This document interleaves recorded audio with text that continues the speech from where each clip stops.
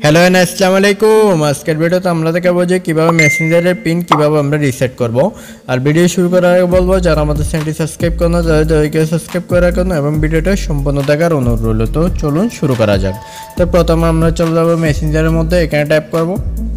এখানে টাইপ করার পর আমাদের মেসেঞ্জার ওপেন হয়ে গেছে। এখান থেকে আমরা মেনু আইকনের মধ্যে টাইপ করব। এখান থেকে আমরা সেটিংসের উপর টাইপ করব। এখানে প্রোফাইলের মধ্যেও যারা টাইপ করতে পারে সেটিংসের উপর টাইপ করব আমরা। এখান থেকে আমরা একটু উপরে চলে যাব। এখান থেকে লেখা আছে প্রাইভেসি এন্ড সেফটির মধ্যে আমরা টাইপ করে দিব। প্রাইভেসি এন্ড সেফটির মধ্যে টাইপ করার পর এখানে লেখা আছে end to end encrypted set, আমরা এখানে টাইপ করব।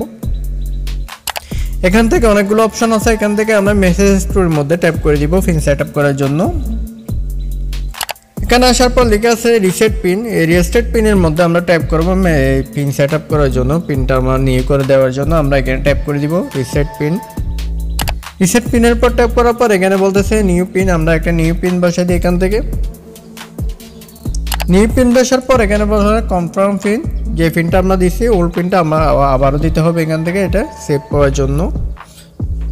তো আমরা পিনটা দিয়ে দিলাম। এখানে আমাদের এটা চেক করছে, আমরা একটু ওয়েট করে নিই।